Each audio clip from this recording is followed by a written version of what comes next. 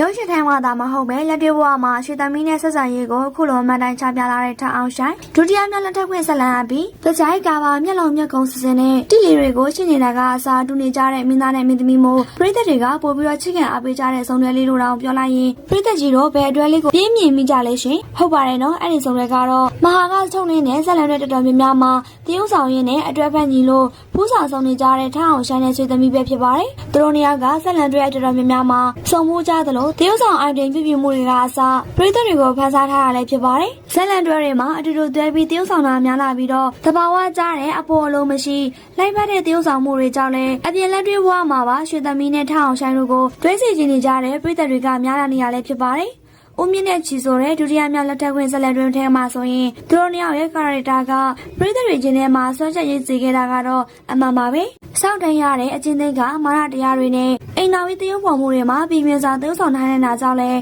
ပရိသတ်တွေကတော့အသေးရပြီးတော့ကြံရင်ခဲ့တာလည်းဖြစ်ပါတယ်တချို့စောင့်ဝင်ခန်းတွေမှာဆိုရင်ထအောင်ဆိုင်နဲ့ရွှေသမီးတို့ရဲ့လက်စီတွေကပြပိုင်နိုင်တရုပ်ဆောင်နိုင်ခဲ့တာကြောင့်လိုက်ဖက်တယ်ဆိုတဲ့အထီကိုရှိချုံမှုတွေရရှိခဲ့တာလည်းဖြစ်ပါတယ်သူတို့နှစ်ယောက်ကမျက်ဝင်အကြီးတွေကအစားအသက်ဝင်လုံးလုံးတချို့တွေကတော့ဖူးစာဖက်တော့မယ်ဆိုပြီးတော့တောင်ပြောနေကြတဲ့အထီပါပဲထအောင်ဆိုင်အနေနဲ့ကလေးနှစ်ယောက်အဖေကာရိုက်တာနဲ့တရုပ်ဆောင်ထားတာဖြစ်သလိုဒီဇက်လန်အတွက်ရှင်းမာရိုက်ကိုတရုပ်ဆောင်ခဲ့တဲ့ကားတွေနဲ့ထွက်လာပြီးတော့မှတရုပ်ဆောင်ထားခဲ့ရလည်းဖြစ်ပါတယ်နှစ်ယောက်စလုံးကတော့မျက်နှာအမိုးအရာအပေါ်လိုမရှိတရုပ်ဆောင်ထားတာကိုတွေ့ရတဲ့စက်ကားတကားပဲဖြစ်ပါတယ်နော်မင်းသားမင်းသမီးတွေကစက်ကားထဲမှာတူတူသွဲတရုပ်ဆောင်ပြီးတော့ chemistry တွေအယမ်းမိလွန်သွားတယ်ဆိုပြီးတော့ပရိသတ်တွေကသဘောတူကြတာကတော့ထုံးစံလိုဖြစ်နေပါပြီအခုရွှေသမီးနဲ့ထအောင်ဆိုင်တို့ဆိုတာကလည်းတကယ်ကို chemistry မိမိုင်လုံးနဲ့သူနှစ်ယောက်လည်းဖြစ်ပါတယ်နော်ဆရာဒီမိုးမြင့်ကိုအဆက်ခွဲမိတာကြောင့်ဝေဖန်ခံနေရတဲ့ဆယ်လီဆွေမန္တလေးမျိုးကဆယ်လီစီကတော့အခုနောက်ပိုင်းမှာမကြာခဏဝေဖန်ခံနေရတဲ့သူတစ်ယောက်လည်းဖြစ်ပါတယ်ထေးချိုရှေးချိုဆိုပြီးတော့ဆွေကနာမည်ပြက်ရှိခဲ့ဘူးတာလည်းဖြစ်ပါတယ်ဆွေကအရင်ကတာမန်ကော်မရှင်ဗီဒီယိုလေးကိုရိုက်ကူခဲ့ရတဲ့ဆယ်လီတစ်ယောက်ဖြစ်နေဘဝကိုရည်တည်ခဲ့ရကနေအခုနောက်ပိုင်းမှာတော့အနုပညာလောကထဲကို